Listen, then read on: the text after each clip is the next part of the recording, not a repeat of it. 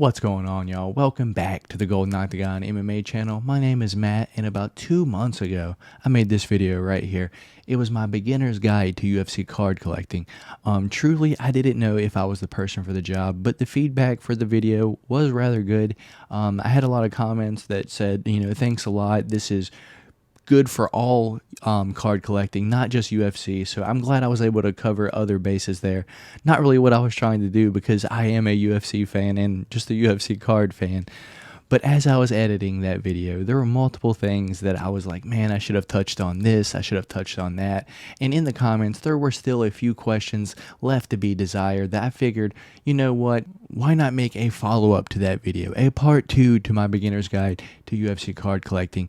In today's video, I'm going to be covering the products each year, the release day of the product, parallels in the set, so that means basically the differences in each of the cards, numbered or not.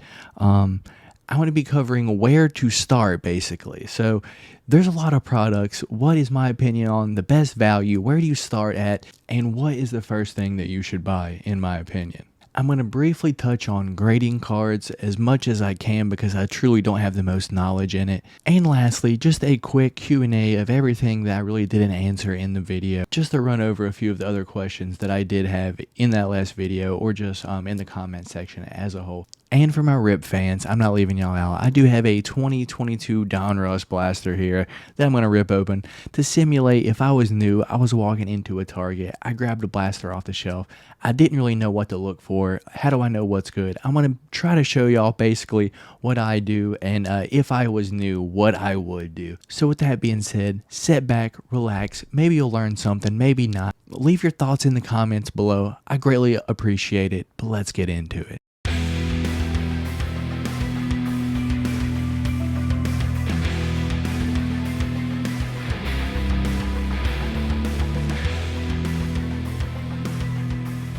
Alright y'all, so let's get right into this. Off the top, I'm just going to say this is pretty much Panini specific.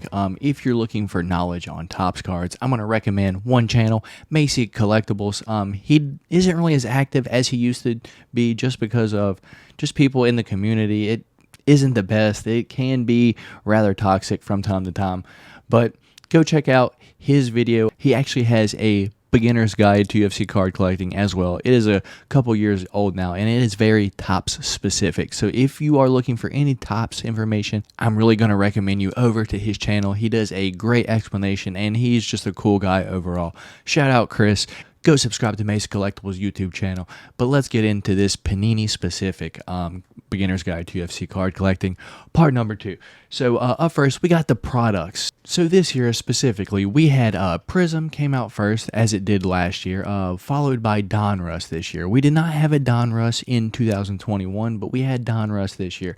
Then comes Select. We have both Select last year and this year, followed by Chronicles. We had Chronicles last year and this year, and upcoming later on this year, it was supposed to be like November or something, but Optic was supposed to come out this year. It did not come out last year. For those of you who don't know, this is only the second year that Panini has been producing UFC cards. So we only have 2 years to go by right now. So last year and this year.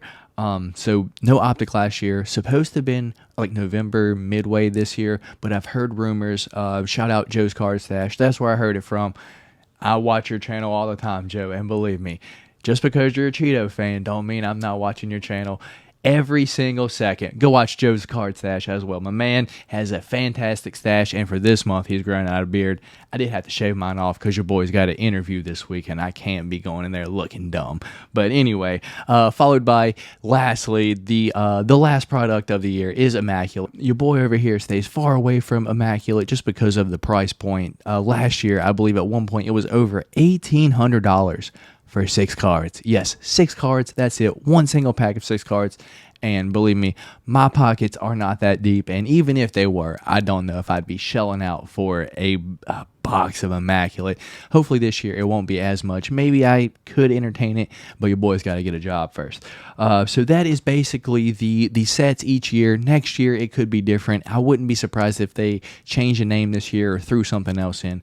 But that is basically the sets each year. So I'm going to give you one more rundown. We got Prism coming out first, Donruss is second, Select is third, Chronicles comes out fourth, followed by Optic, and Immaculate is that end of year / beginning of the year set. Usually comes out December, January, at least it did this past year. So up next, the release date of these cards.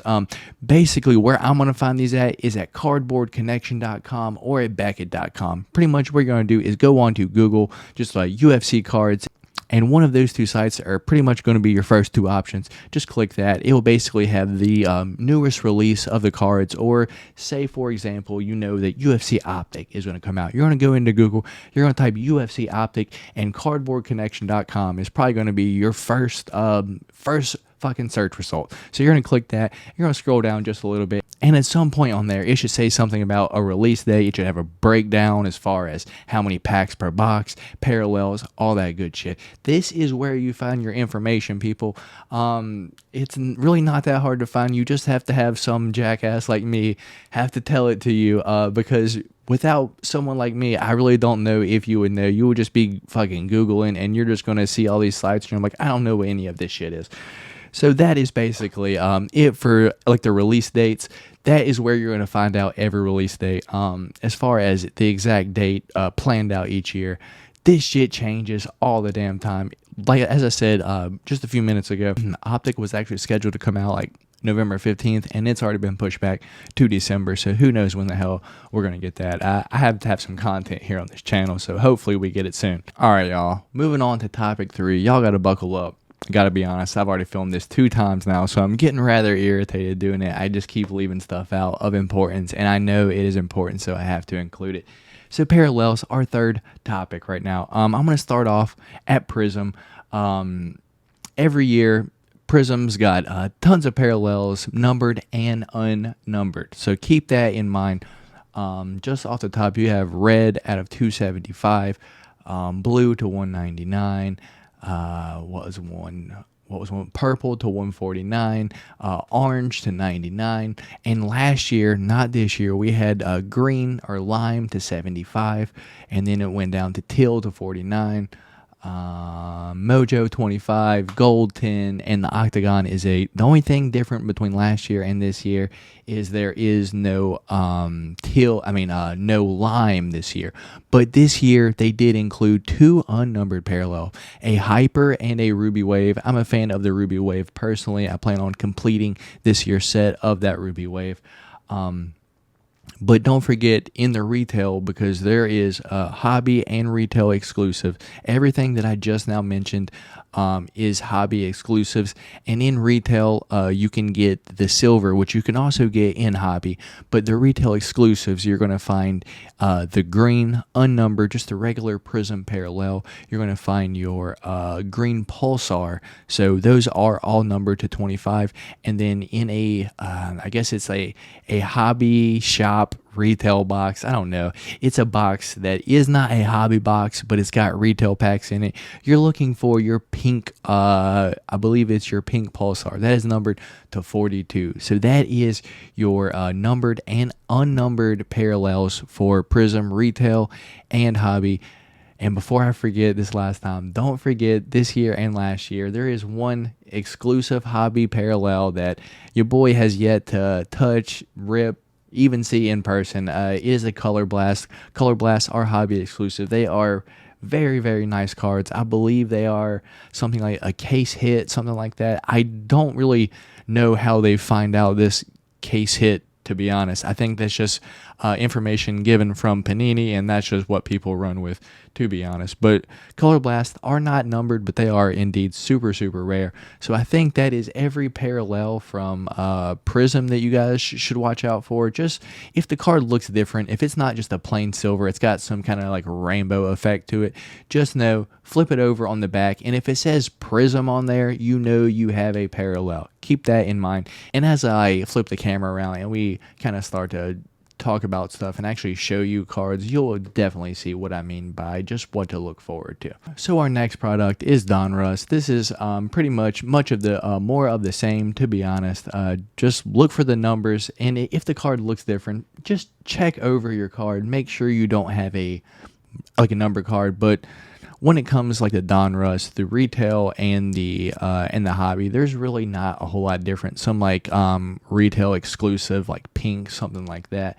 But in the hobby, once again, you're just looking for, if the card is a different color, just look it over, look for a number on the back, something like that. But I got to be honest, with Donruss and Chronicles, it can be hard to tell, just because some of the numbered cards, you really have to just look at the writing on the card. Is it silver? Is it gold? Is it blue, red? That is going to be the signifier of if your card is a numbered card, which is a rarer card, or not, just a regular base card. So look at the writing on the card in these Donruss and these Chronicle sets, just to check once more. Maybe you might have a sick card that you just didn't know it was a cool card. So moving on down to what I get the most questions on, Select. We didn't have retail exclusive Select last year. We do have a retail Select this year. Retail Select, for some odd reason, has all blue cards. I have no clue why.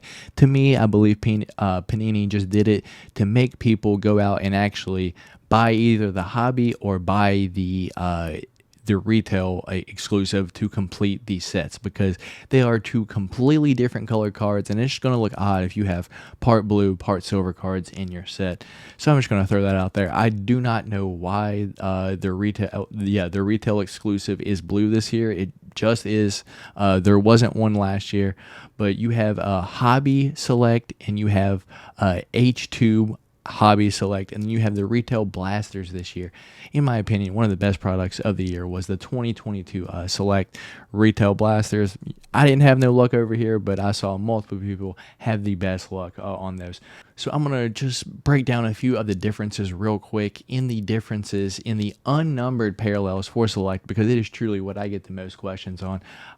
This is what I've been told. I was told that the Octagon side silver cards are case hit. This isn't just a plain base card. This has to have some kind of like rainbow to it, and this doesn't include the blue silver Octagon sides. At least I don't think so. I don't believe so.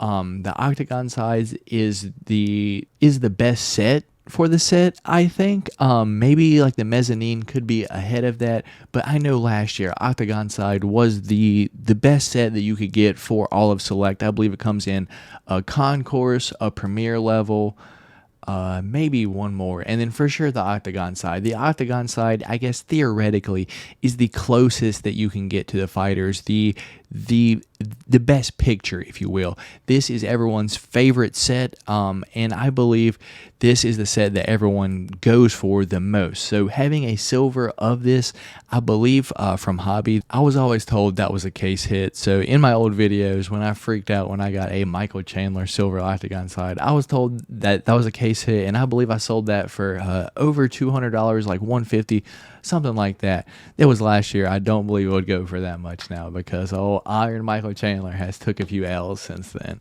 So that is my knowledge on the case hit side of the silver Octagons. I believe that is the only thing that is considered a case hit out of the Hobby. Moving on to parallels for retail side, and as I'm just thinking about it, I completely forgot about the zebras. So zebras as well. Zebras are also case hit. Once again, I've never hit a zebra, never seen a zebra. It'd be cool to see one, but that leads perfectly into the other parts of the zoo, which are retail exclusive, the elephant and the tiger. Once again, your boy over here, never seen one, pulled one of those either, but the zoo collection is out of Select. The zebra is from Hobby. Elephant and tiger are from retail. These are unnumbered as well, so they do not have a number on it, but the cards look so sick in my opinion. And as far as how often they hit, I could not tell you. I could tell you I've opened probably 10 Select blasters and I haven't seen one. So definitely not 1 in 10, that's for sure. I kind of touched on the Chronicles Parallels earlier. Optic, I haven't seen yet. No one's really seen it yet. And Immaculate, as I said earlier in the video, your boy over here does not touch it because it's truly just out of my price range. All right, the next thing we're going to cover is basically where to start. There's a lot of cards. As you guys probably are fairly overwhelmed if you are truly new to this, where to start. In my opinion, Prism is king. Every year Prism comes out first, and I believe it is the best product of the year. It's my favorite. The cards look fantastic, and personally, if you are to complete any set, that Prism is the one to complete. It just feels so nice to open up just a binder and just see just all your beautiful cards just laid out. And your boy over here, I have to plug it every single time. Your boy over here has the out of 275 2021 complete set.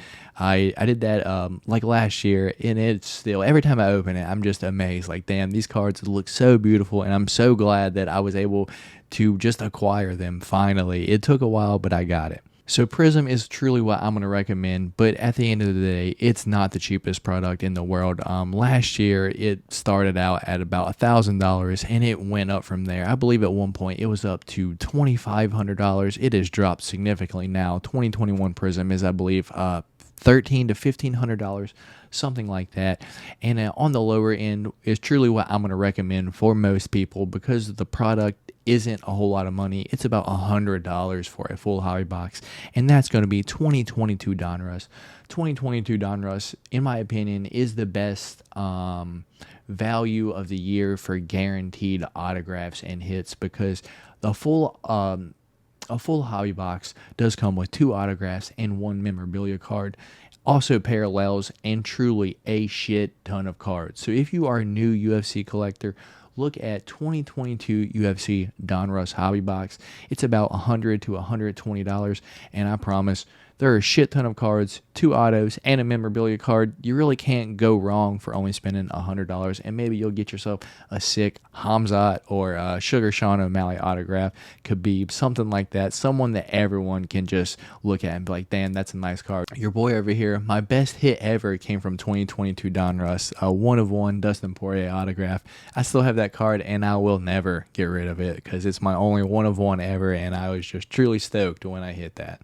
But once again, I have to throw this out there one more time. If you only got about 35 bucks and you're looking for what is the best possible thing I can get for 35 bucks, I'm going to shout out the 2022 Select Blasters. I personally have had shit luck with these, but I've seen multiple people get 1/1 Shavkat, 1/1 Patty out of 10s.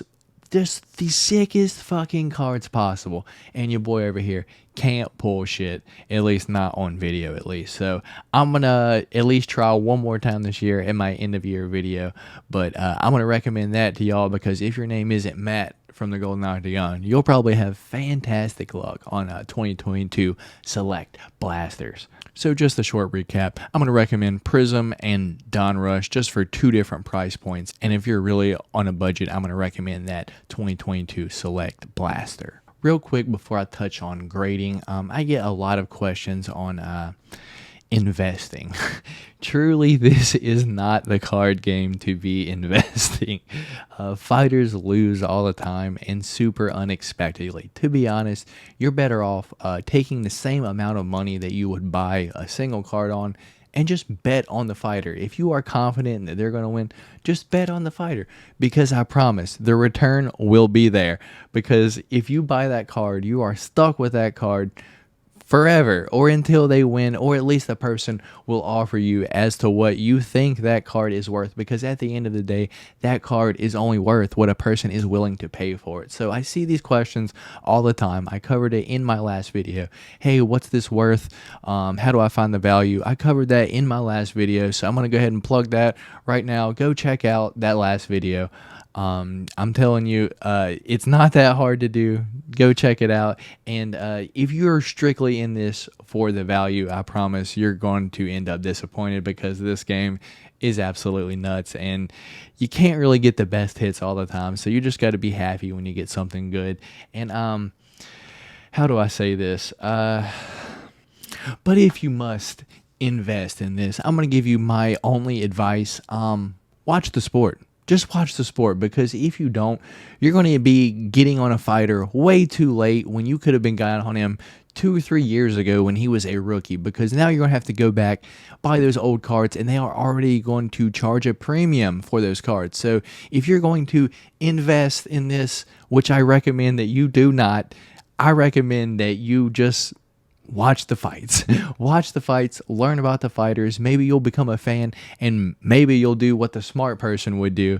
If you are a fan of the fighter and you're confident in those fighters, you should probably just go ahead and lay down chunk and change over on one of the betting websites, because that's truly where your best return of money is going to be if you're trying to invest in these cards. One more recommendation before we move on to the grading topic. I get this question all the time. What is your best recommendation for me starting out? Truly, I'm going to recommend you like and subscribe to this channel, because I open every single product here, and it gives you a first look to what you're going to get before you go out and waste your own money on products like this that you truly might not be a fan of at the end of the day. So if you want to see me open every single UFC card product, make sure you leave a like and subscribe to the channel, because I do this every single week. All right, y'all. So I got my camera flipped around here because we got to talk about grading just real quick. I got to be honest, I don't have the best eye for this. I truly just grade low numbered fighters that I'm a fan of, and pretty much just leave it at that. But at my time doing this, I have noticed a few things that if you want to get a 10, there's a few things that absolutely cross it off the list. You will not get a 10. So I'm going to show you a few things just to watch out for. So, all right, y'all, we have our camera flipped around here just so I can show y'all what I can just to look out for while trying to grade. So up first here, I actually have an Islam that I actually planned on sending in to get graded, because in my opinion, it does look pretty nice. A few things that you're going to want to watch out for is just the borders. You just want to make sure that the two sides of the border are rather equal. It can be 60-40, so off just a tad and still get a 10. So in my opinion, this one is a pretty good contender to get a 10. The top to bottom isn't really off either. Where his hand ends at the top is pretty much pretty close to where this red there ends at the bottom. So I do believe, in my opinion, this could be a contender for a 10. And just to point out earlier, as I was saying, this right here, the prism. So this is an unnumbered Islam Makhachev, but this could be valuable, especially if this comes back a PSA 10. But honestly, I'm not a seller. I am a collector, so if this comes back at 10, this will definitely be staying in your boy's collection over here. Just a few more. I planned on getting these sent off just to get graded, just because they are numbered Islam Makhachev. So not anything too crazy. Like the borders could be off just a tad. I haven't really looked over them few much, but just one that just stands out to me right off the jump is this Ian Gary. I was going to send it off to get graded, but looking at it right off the jump, I can tell that this point over here ends way sooner to the side, way closer to the side over here than this side. So this, in my opinion, will probably not be a 10, just because the centering is pretty off. Another thing that you're going to want to look for when you are going to want to send things in to get graded are the corners. If the corners are bent at all, it will not be a 10. And I'm just going to show you guys just pretty much a little what PSA looks for too, because even though this isn't a PSA graded card, they do look for these same things here. So they're going to look at the corners, they're going to look at the surface of the card, they're going to look at the edges and the centering. So the corners is going to be obviously the four corners of the card. Are they damaged at all? And the ones that have the colored corners, they are very easy to see if the corner is damaged at all. So keep that in mind. So this one, the corners did come back a 9.5, so pretty damn good. The surface of the card, so the card surface itself, are there any scratches, fingerprints, anything like that? Edges, so not the corners themselves, but the edges of the card. So how was the card cut? As crazy as it sounds, you could have nothing to do with how the card was cut, and that still takes into consideration the grade of the card, and also the centering, once again, how the card was cut. So if it was cut with a like the dull cutter that hadn't been sharpened recently, or just off center at all those pay like attention pretty much to everything. PSA pays attention to everything, and I gotta be honest, I believe there is some little tinfoil hat when if you ask me. I believe Panini purposefully does not put out PSA worthy 10 cards on purpose just to keep the population count down, in my opinion. So that is pretty much what Panini is going to look for if they are grading cards. Just a few other that I planned on getting sent in to get graded. Ian Gary out of 10, Valentina Shevchenko, gold auto there. One of my best hits this year, Dustin Poirier, green out of 5, 1 of 5 at that. I was going to send the Shavkat in to get graded, but as I was looking over them right before the video, once again, you'll see this left to right, the centering on that is pretty fucking awful. Not numbered Shavkat or anything like that, but it is a fantastic rookie to have. Just a few more that I planned on getting graded, but strictly because I'm just a fan. So this Yuri Prohachka, 20 of 88 from the Asia T-Mall. One of my favorite cards, just a sick looking card overall. Khamzat Chimaev, pretty cool. Conor McGregor, purple out of 49, and Kevin Holland out of 10. When you do send cards in to get graded, make sure that you send them in these, I believe they are, I don't know what these are called. I believe they're called soft top loaders, maybe. Soft top loaders, cardboard gold, something like that. If you look for soft top load, I don't want to be telling y'all like the wrong thing, but just when you send cards in to get graded, if you send them in like these, it makes it a lot easier. And truly, if you send it in a top loader, it could shake around in there, damage the edges and the corners. So just make sure that you protect your cards when you send them in to get graded. But to be honest, y'all, my knowledge on card grading isn't the highest. Personally, I just send cards in that I like, and I was like, damn, I want this in a slab, so why not try to get this in a slab? But here recently, I've just kind of been purchasing a few cards off of eBay. So these are just two of my recent eBay purchases. And I gotta be honest, y'all, your boy scooped these for the cheapness. A 2022 Select Disco Khamzat and a 2021 it gets tons of hate, but I love the crown cards. I wasn't really a sports card collector before the 2019-2020 time frame, and just seeing that you could have these cut cards, to me, I thought that was so damn cool. So this like small set will always have a place in my heart. The crowns themselves, I do love the crowns, and I just don't know what it is. All right, y'all, and lastly, before the rip, let's get into this small Q&A that I have. Just a few of the questions that I have that I really didn't get to answer in this video. And before I start, y'all, I apologize. I am the absolute worst at this kind of video. My thoughts are always everywhere. I literally have notes here, but even still, I'm having to go back and like, damn, I didn't say that. So I apologize. I am not a focused person when it comes to this. I'm truly everywhere. I was probably some form of ADHD. I have no idea. But let me get into these, just a few questions that I have that I didn't get to answer in the video. So one of the main questions that I get, and truly I wish I had an answer to y'all, but I do not, is how do I get cards overseas? So not in the U.S. For those of you who think I'm in Canada, I am not in Canada. I am on the East Coast of the United States. Shout out VA.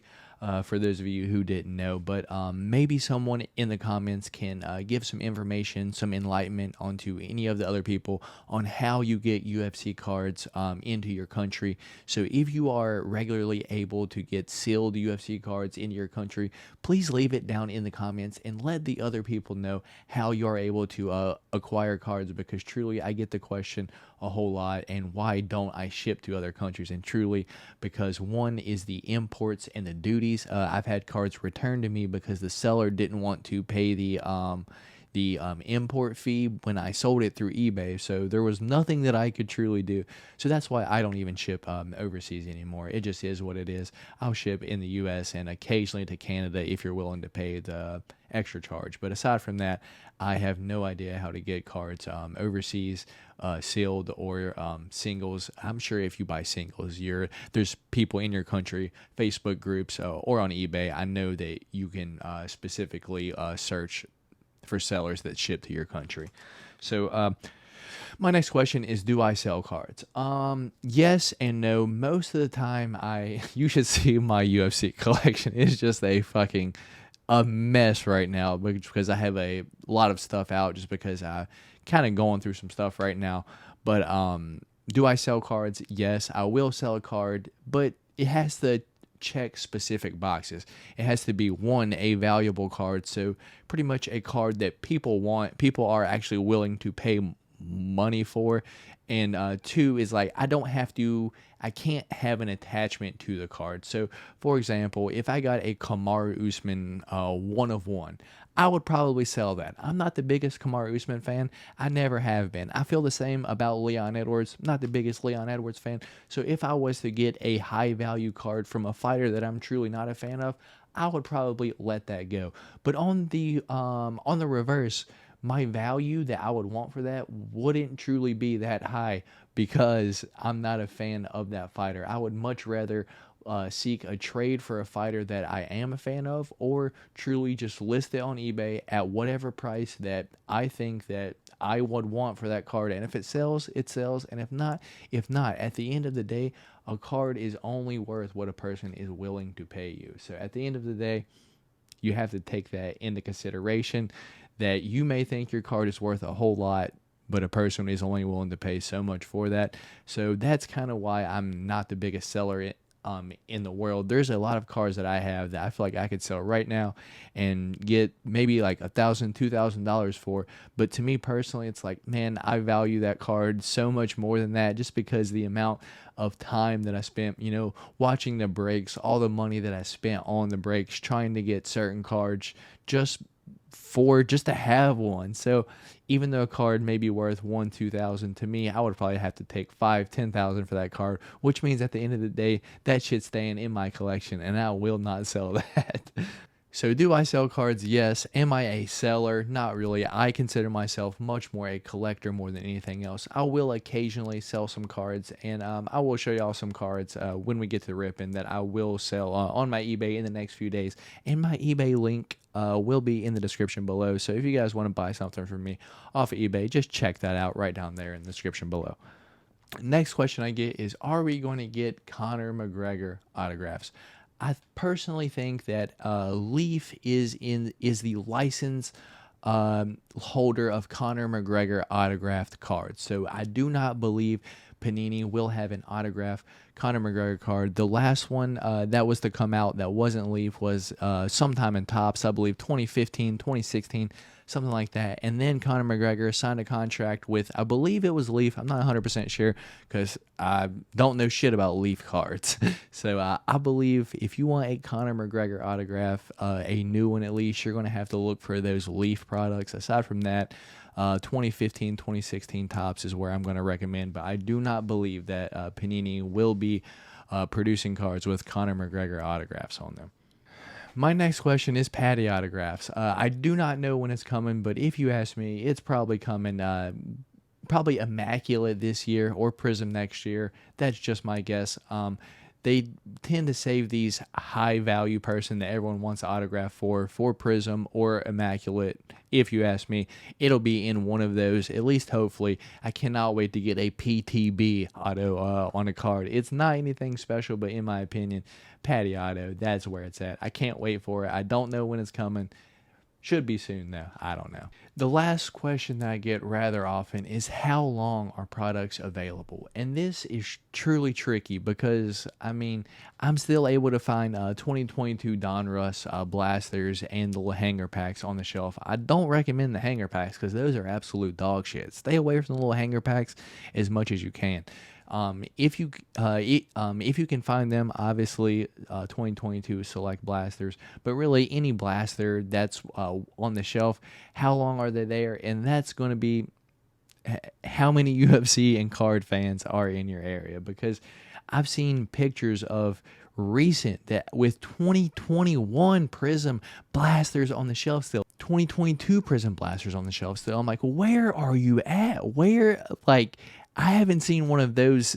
I didn't even see one on the shelf last year. Why is it on the shelf this year now? But it really depends. If you ask me, I would guess anywhere from a month to 2 months, you should be able to find it if it's restocked regularly and depending on the collectors in your area. But you should be able to find stuff online for relatively the same price, unless it's a really sought after product, because scalpers do what scalpers do and they buy and resell. It sucks, but it is what it is. There's nothing really that us collectors can do besides either pay the price or don't pay it. Just try to get it at the store. But that is what it is. But I gotta be honest, y'all, I'm pretty much fried at this point. I've been going at this for a long time. My entire last video was a damn near hour long. I really don't know how long this one's going to be. But let's get into this rip real quick and just finish this out. Remember, if you guys haven't, like the video, subscribe if you are not. Comments are always appreciated down below. But let's get into this rip. Alright, y'all, right before we get started with the rip, I did say I'd have a few cards that I plan to listen to my eBay. So I'm just going to show you all these right quick. And this kind of touches on, I don't recommend being an investor, but if you are an investor, or if you insist on investing, if you will, you have to watch the sport. So up first right here, we got Grant Dawson. KGD just had a great win over Marco Madsen, even though he missed weight. Definitely a contender in the lightweight division, undefeated in the UFC. Up next, we got out of 10, Alex Moreno. As I said, not my favorite fighter. If I don't collect a fighter and it could be valuable, Alex Moreno out of 10. I don't think it'll sell for a whole lot, but if you ask me, I'm going to put it on my eBay for about $10, and whatever it goes for, bid up or not, that is what it will be on my eBay. So I don't expect to get a whole lot of money for it, but I will put it on my eBay just because I truly don't want it, and it's just a little bit of extra cash in my pocket. Up next, out of 10, you guys saw me pull this recently. Davidson Figueiredo, the God of War, Deuce Tejeda, out of 10. That will also be on my eBay because truly not a fan. I'm much more a Brandon Moreno fan. He is your current 125-pound champion too, and I'm just not a fan of him. So all those will be on my eBay. Link will be in the description below. So without wasting any more of you guys' time that are here for the rip, let's jump into this 2022 Donruss Blaster. And if I'm a new collector, what am I looking for as far as what to keep an eye out, what am I sleeving up, all that good shit. So we are opening up.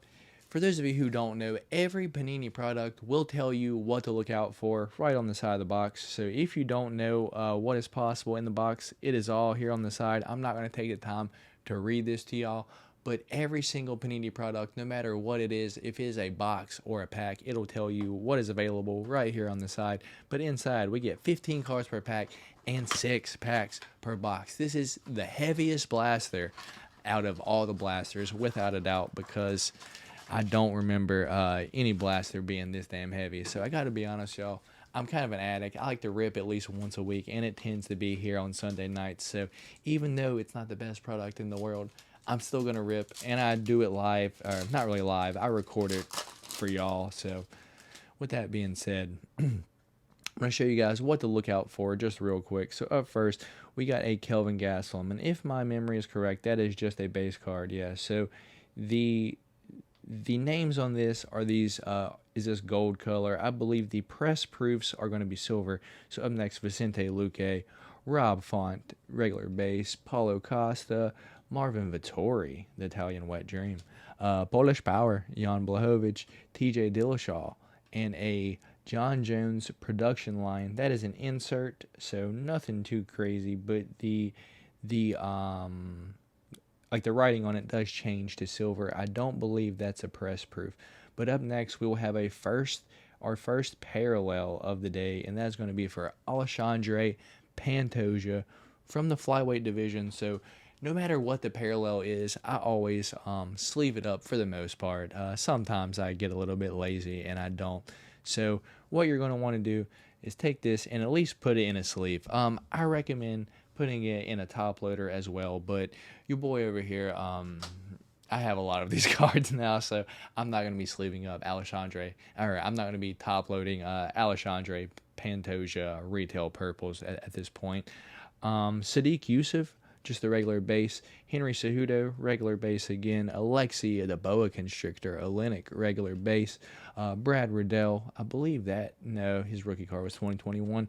Darren Till and Roxanne Modafferi to end out that pack. So in that pack, we did get one insert and one parallel, that Alexandre Pantoja. So we'll move right along to our next pack. We got Leon Rocky Edwards, base, Yuri Prohashko with the antenna. That's sick. Rose Namajunas, Neil Magny, most winningest fighter at 170, yeah. Khamzat Chimaev, pretty cool. Anderson the Spider Silva. And our first rated rookie of the day. And damn if it ain't PTB, baby. Patty the Batty, rated rookie. Pretty sick card, in my opinion. You can't beat it, if you ask me. You're just opening just a few packs here, and you get Patty the Batty. So this is another time that I'll take just to sleeve up a card. If it's a star like this, rated rookie of obviously Patty, or it's a pretty much rookie of any star, you're immediately going to want to stop and sleeve that up right away. Whether you top load it or not is up to you. It depends what you do with your cards. But if you want to protect them, 100% you should put them in a top loader. I'm not going to do that just because it takes up so much time. But it looks like we have a sick card right behind this Dustin Poirier. It looks like we're going to have a orange, or I'm not sure. Yeah, it's an orange flash for Alexander Volkanovski. So you can tell it's an orange flash on this. This is why I said sometimes it is hard to tell what the parallels are. But kept saying flash. It is an orange laser. I'm sorry, orange laser. Like the laser print is the little lines going out everywhere, and you can tell it's orange by the writing around the crunch time. So I seen a person pull a one of these, and they have no idea because the writing around it is black, and they just couldn't tell at all. So you got to watch out for your parallels sometimes, y'all. It does look different, but not always are you able to spot it right away, because what if this was the first time you ever seen this card? You would have no idea that it was a sick card. This one, unfortunately, is not numbered, but Alexander Volkanovski, orange crunch time. We'll put that off to the side and move on to Rodolfo Vieira. We got Walt Harris, Rashad Evans, the other Sugar, Leonardo Santos, Cody Stamen here, and ending it out with Alexander the Mauler Gustafsson. About to be halfway through our little blaster here, if I can get this pack open. Indeed. So we'll move right along. Starting off with Cyril Bongamongan, Aljamain, the Funk Master Sterling, Israel Adesanya, and flipping upside down now, we got Mackenzie Dern looking like a skeleton. Robert the Reaper Whitaker, I see a pink coming. We got Charlie Olives, your former 155-pound champion. Alexandre Pantoja once again making another appearance there in the base. Crunch time for Zhang Weili. So you guys can see this. Could you imagine this was a numbered card? It would just have a slight different around the crunch time. So these are one of the hardest cards to tell if you got a parallel in, are the crunch time from Don Russ 2022. So go check your crunch time cards, y'all. And we're going to see what our first pink of the day is. These are modern marbles. Octagon marbles for Jan Blachowicz in the pink. Maybe I'll set this off. Nah, I'm not sleeving that right now. Song Yadong, Volkan Oezdemir, Irene Aldana, Shamil Abdurakhimov, Jimmy the Brute Crute, and Sarah McMahon finishes out that pack. Moving along. Got three more here. So up first, we've got Joanna Jędrzejczyk, Frankie Edgar, Cody Garbrandt, Islam Makhachev, Robbie Lawler, Chan Sung Jung, the Korean Zombie, TKZ, Jose Aldo. We got a duos for Davidson Figueroa and Brandon Moreno, the Assassin Baby. Looks like we got an orange laser. And this is why I didn't sleeve it up, y'all. I'm telling y'all, I don't know what it is. Alexandre Pantoja seems to be the most hit card out of these blasters. I don't know if it's just me, but I keep getting him the second time right now, y'all. So 2 parallels for Alexandre Pantoja off the jump there. So Curtis Razorblades is next. Francisco Trinaldo. Dirty Bird Tim Means. About to be his time, if you ask me. Brendan Allen. Andre Arlovsky still doing the damn thing. Junkyard Dog, Lauren Murphy. Or Lucky Lauren Murphy, however you'll want to call her. She is a junkyard dog of the 125 division now. Up next, we got your reigning 115-pound champion, the Cookie Monster, Carlos Esparza, Alexander Volkanovski, Yan Xiaonan, the Sandman. If you ask me, his name should be Quicksand, Corey Sandhagen, but that's just me.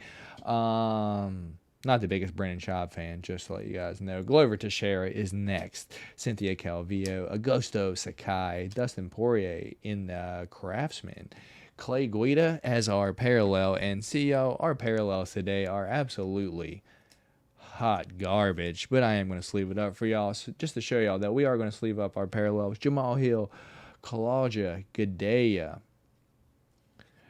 Ketlin Vieira. Who is this? This is Arman Saryukian. I believe that's I don't know why there's not a rookie stamp on there. Michelle Pereira and Angie Overkill Hill. Moving on to our last pack of the day here. Just a quick little rip for y'all at the end of this long-ass video. As I said, y'all, I'm everywhere the majority of the time. I apologize. As I said, I don't really think I'm the best for this kind of video, but I do hope that I was able to at least give you guys some more information, just the answers to some of the questions that you guys asked. But we got a Max Holloway, Juliana Pena, we got a prelim Pedro Munoz, Amanda Nunes, Jack Hermanson, Stipe Miocic, Megan O'Leary, Voices of the Octagon. Pretty cool insert. We got our Royce Gracie, the legend of legends, Jan Blachowicz for the Octagon Marvels once again. And then Chase, the Dream Hooper, just now got the absolute shit beat out of him. Nikita Krylov, Luke Rockhold, Darren Elkins, The Damage.